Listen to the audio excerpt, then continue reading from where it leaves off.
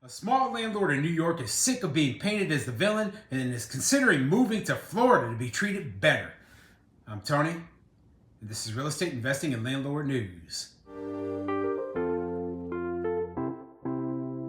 Alright, so I have an interesting article for you today, and it's going over the fate of a small landlord up in New York State. Now, obviously, New York is one of those places where landlords are not treated with respect, okay? So this landlord in this story is considering moving to Florida, where, hey, I honestly would move to Florida, but obviously that isn't going to happen anytime soon for me. But for this landlord, they're considering selling all their properties, getting the heck out of New York State, and going where it's warm, where the landlords are treated correctly, and where there's a lot more potential for growth and for just having a good run real estate business. So yeah, I don't blame this landlord for wanting to get out of New York State, especially with all the new legislation, new rules, new regulations that are being passed. They're portrayed as pure evil there, whereas in Florida, we're just treated as regular business owners, just like everyone else, okay? So before I get into the article, go ahead, hit the like and subscribe button, leave a comment down below, and let me know what you think. Do you think it's worth it to stick around? Do you think things are gonna get better for the landlords up in New York State? Obviously, there's a lot of money to be made there, and there's a good reason why a lot of people are landlords there. But if you're a small landlord in particular, it can be a very, very difficult business unless you have large emergency reserves and you have a good team, put together to help you manage all of the new rules and regulations that are coming and that have already passed. It can be very, very difficult to operate your business. So let's get into this article and see what it says. This article is coming from WKBW.com, and it says, Buffalo landlord on evictions. Stop painting us to be the villain.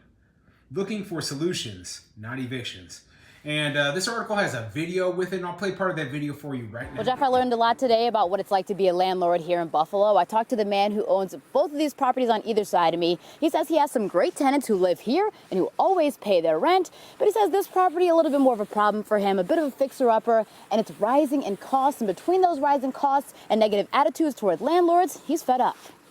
The word landlord is now a bad word. We're supposed to say property owner. I feel that tenants are getting all of the attention while our needs are being left behind. The continuing housing crisis is raising alarms, with evictions going up statewide. According to Councilmember Rashid N.C. Wyatt, Erie County is leading the state in evictions so far this year, with more than 2,000. Have you had to evict anybody? Not for a while, thank God. Ayad Nieves has owned properties in Buffalo since he was 19. He now has 8 units across the Queen City, but tells me the pandemic was rough, and the eviction moratorium forced him to sell one of his properties. It became immensely unprofitable. The tenant didn't pay.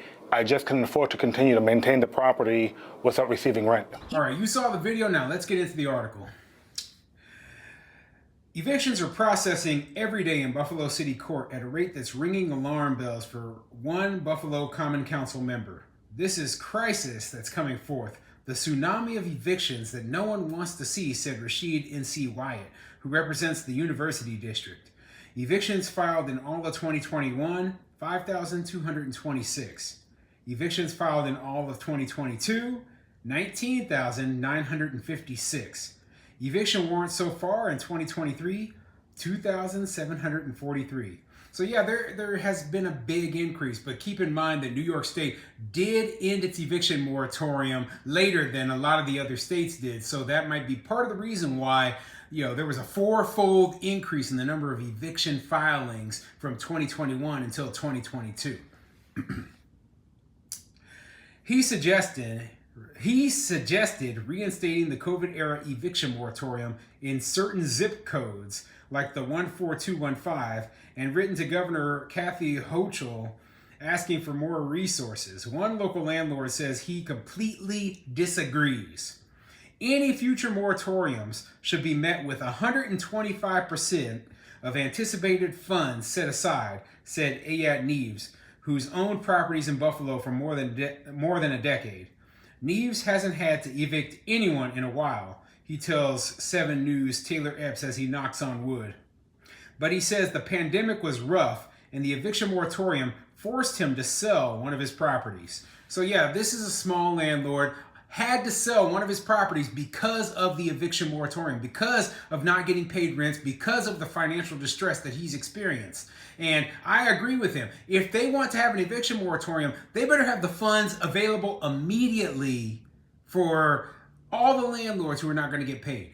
Okay, the eviction moratorium, the only thing it means is that landlords are not going to get paid. These tenants get a free ride. Landlords don't get paid. The state better have some money set aside to make sure those landlords get the money that they're owed. Otherwise, no eviction moratorium should be passed at all. In fact, I go even further. No eviction moratorium should be passed whether they have money set aside or not, because it is not a sustainable program for the state government to be paying people's rent for them. These people need to pay their own rents, okay? We don't live in a socialist society. We live in a capitalist society. We cannot be paying the rents for every single person who decides they don't want to work for whatever reason. That is ridiculous. It became immensely unprofitable. The tenant didn't pay. I just couldn't continue to maintain the property without receiving rent, said Neves. He has to raise rent every few years to keep up with rising costs. He says building and labor costs are up 30 to 50% compared to before the pandemic.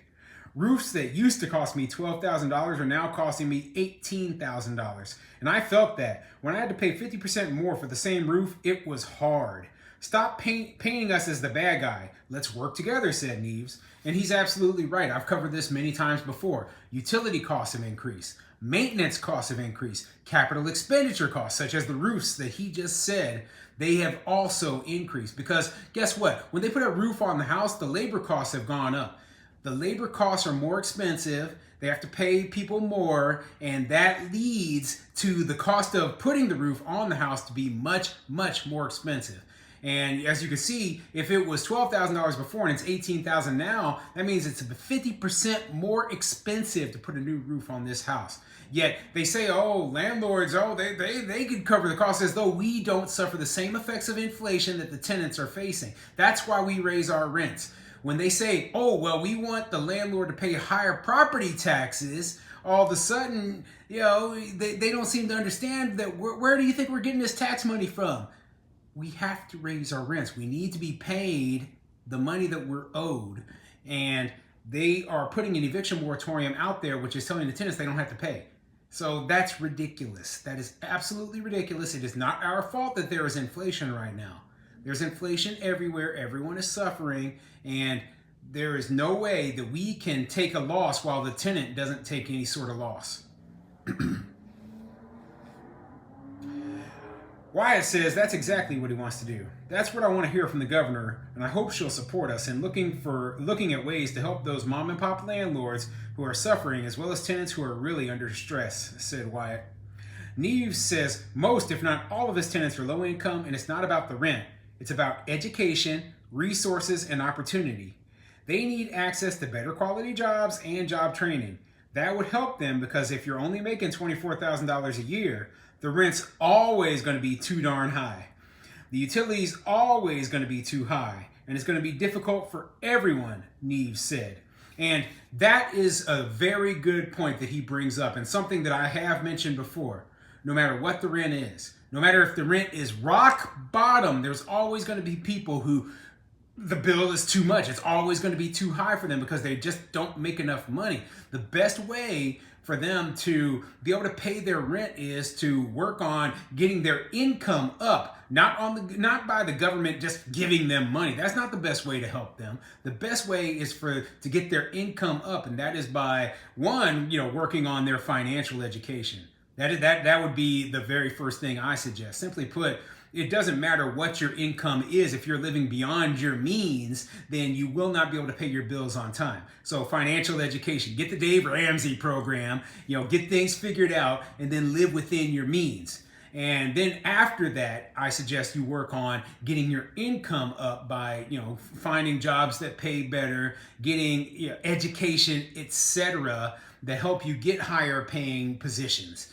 Because there's a lot of reasons why people are unable to pay their bills, and the government just stepping in there and throwing cash at the problem as though that's going to solve it. It's not.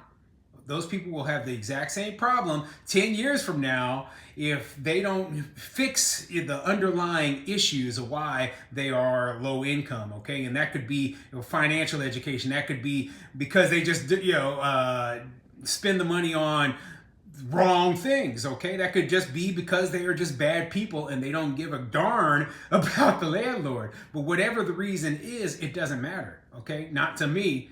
The only thing I want is to get paid what I am owed. Let those, you go figure out that problem over there. Do not involve me in trying to solve the social issues of the world. I don't want to be involved. I don't think any other landlords want to be involved. The only thing we want to do is get paid so that we can continue to run our business. Here are some of the programs he's talking about.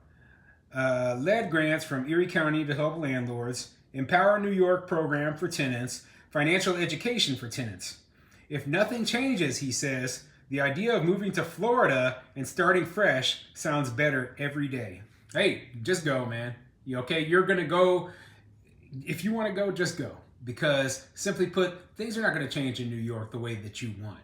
I don't see New York becoming a friendlier place for landlords ever. I think they're going to continue to push these disastrous policies until literally landlords are forced to leave the market. And I think that you will have a much better time and much better opinion of your business if you move down to Florida. Now, that doesn't mean that everything's going to be perfect and hunky-dory down there. Obviously, throughout the entire country, there are more and more anti-landlord laws being put in place, even in places like Florida. So you have to watch out. But I think as of right now, you do have more property rights and you're allowed to operate your business as you see fit.